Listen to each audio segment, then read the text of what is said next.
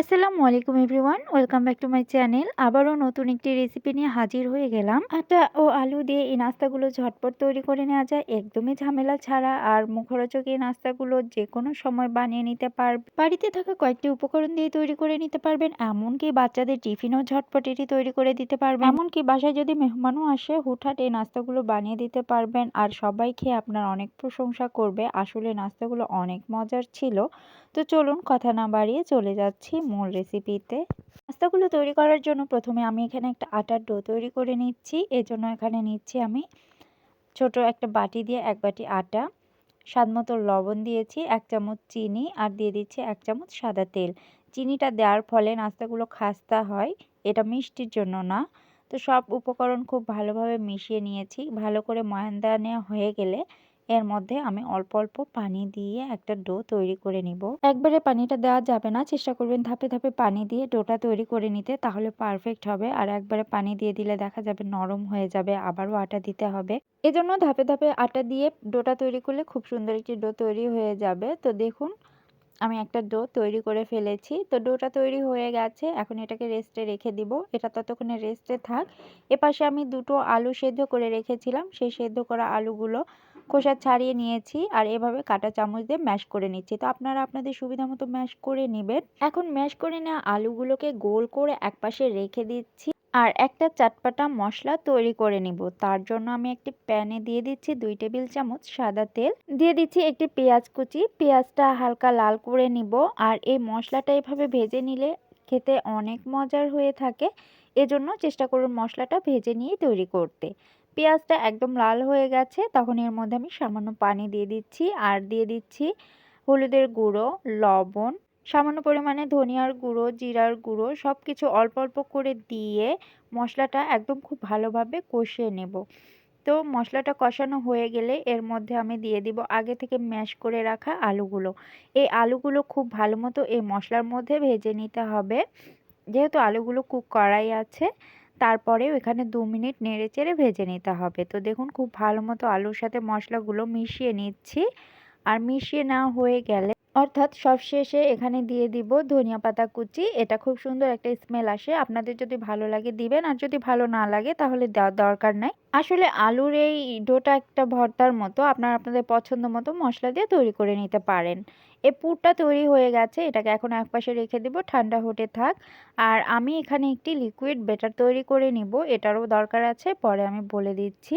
এখানে নিয়ে নিচ্ছি 1/2 কাপ আটা, দিয়ে দিচ্ছি সামান্য কালিজিরা, লবণ স্বাদ মতো, আরও ধনিয়া পাতা কুচি।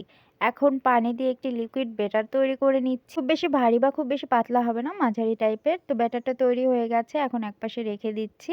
আমি আগে থেকে যে ময়দার ডো তৈরি করে রেখেছিলাম সেটাও কিন্তু রেডি হয়ে গেছে। রেস্টে থাকার পরে দেখুন কতটা সফট হয়ে গেছে। এখন আরেকটু 2-3 মিনিট এটাকে মেখে নিচ্ছি। মেখে নেওয়া হয়ে গেলে আমি দুটো লেচি কেটে নিচ্ছি।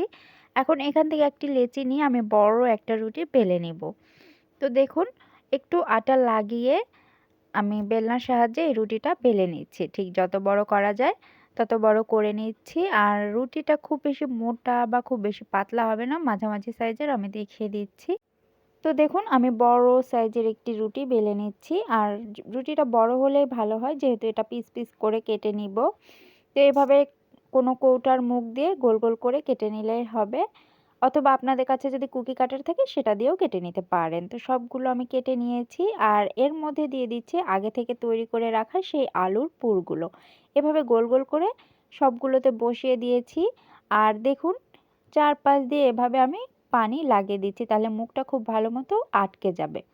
এখন একটা আমি নাস্তা তৈরি করে দেখাচ্ছি, এভাবে করে মুড়িয়ে দিচ্ছি আর মুখটা আলতো করে আটকে দিব। যেহেতু পানি দেওয়া আছে, এভাবে চাপ দেওয়ার সাথেই কিন্তু মুখটা আটকে যাবে আর খুলবে না।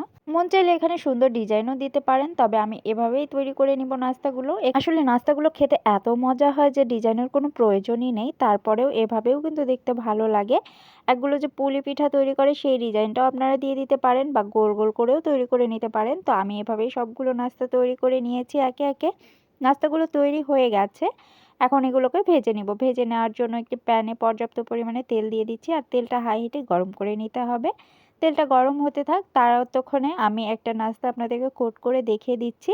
আগে থেকে যে লিকুইড ব্যাটারটা তৈরি করে রেখেছিলাম, এই ব্যাটারের মধ্যে একটা নাস্তা দিয়ে দিচ্ছি। দেখুন, নাস্তাটা দিয়ে দেওয়ার পরে আধা মিনিটের মতো এপিট ওপিট করে খুব সুন্দরভাবে এই ব্যাটারটা লাগিয়ে দিচ্ছি। এই ব্যাটারটা লাগিয়ে দিলে মুখটা আরও ভালোভাবে আটকে যাবে আর একদম ক্রিস্পি হবে নাস্তাগুলো। তো দেখুন, ব্যাটারটা কোট করে নেওয়া হয়ে গেছে। এখন একটু ঝরিয়ে দিয়ে সরাসরি তেলের মধ্যে দিয়ে দিচ্ছি। তেলটা কিন্তু গরম হয়ে গেছে। আর এভাবে আমি প্রত্যেকটা নাস্তা এভাবেই তেলের মধ্যে দিয়ে দিব। চেষ্টা করবেন এগুলো একটু ডুবো তেলে ভাজার জন্য, তাহলে নাস্তাগুলো অনেক সুন্দর ফুলে উঠে দেখতেও ভালো লাগে। তো আমি একইভাবে প্রত্যেকটা নাস্তা কোট করে করে ভেজে নিব। প্রিয় দর্শক, রেসিপি ভালো লাগলে অবশ্যই লাইক দিয়ে দিবেন। লাইক দিলে কিন্তু খুবই ভালো লাগে। আর আমার চ্যানেলটি সাবস্ক্রাইব করে রাখলে এভাবে নিত্য নতুন রেসিপি কিন্তু পেয়ে যাবেন। ভালো লাগলে অবশ্যই ফ্রেন্ডস অ্যান্ড ফ্যামিলির সাথে শেয়ার করে দিবেন, সকলকে দেখার সুযোগ করে দিবেন। তো দেখুন, নাস্তাগুলো দেওয়ার পরে কিন্তু একটু পরে উল্টাপাল্টা করে দিতে হবে। দেখুন, লেগে গিয়েছিল অনেকটা, কালার চলে এসেছে। আর অনবরত নাড়াচাড়া করে কালারটা নিয়ে আসা লাগবে, তা না হলে কিন্তু একদিকেই কালার হয়ে যাবে। তো এভাবে নাড়াচাড়া করতে করতে খুব সুন্দর একটি কালার চলে এসেছে। নাস্তাগুলো এখন নামিয়ে নিব। তো আমি তেল ঝরিয়ে নাস্তাগুলোকে নামিয়ে নিচ্ছি। দেখুন কত লোভনীয় হয়েছে দেখতে, খেতেও কিন্তু মাশাআল্লাহ অনেক মজার ছিল। সবগুলো নাস্তা ভেজে নিয়েছি আর পরিবেশন করে আপনাদের মাঝে দেখিয়ে দিলাম। দেখুন, লোভনীয় আর মুখরোচক নাস্তা। এরকম নাস্তা কিন্তু হুটহাট তৈরি করে মেহমানকে আপ্যায়ন করতে পারেন, সবাই খুশি হয়ে যাবে। এখান থেকে একটি নাস্তা ভেঙে দেখাচ্ছি। দেখুন কতটা ক্রিস্পি, উপরটা অনেক ক্রিস্পি, ভিতরটা হচ্ছে পুরে ঠাসা, আলুর পুরে ঠাসা। সুস্বাদু একটি নাস্তা। বাসায় অবশ্যই ট্রাই করে দেখবেন আর কেমন হয়েছে আমাকে কমেন্টে জানাবেন। আজ এ পর্যন্তই। সবাই ভালো থাকবেন, সুস্থ থাকবেন। আল্লাহ হাফেজ।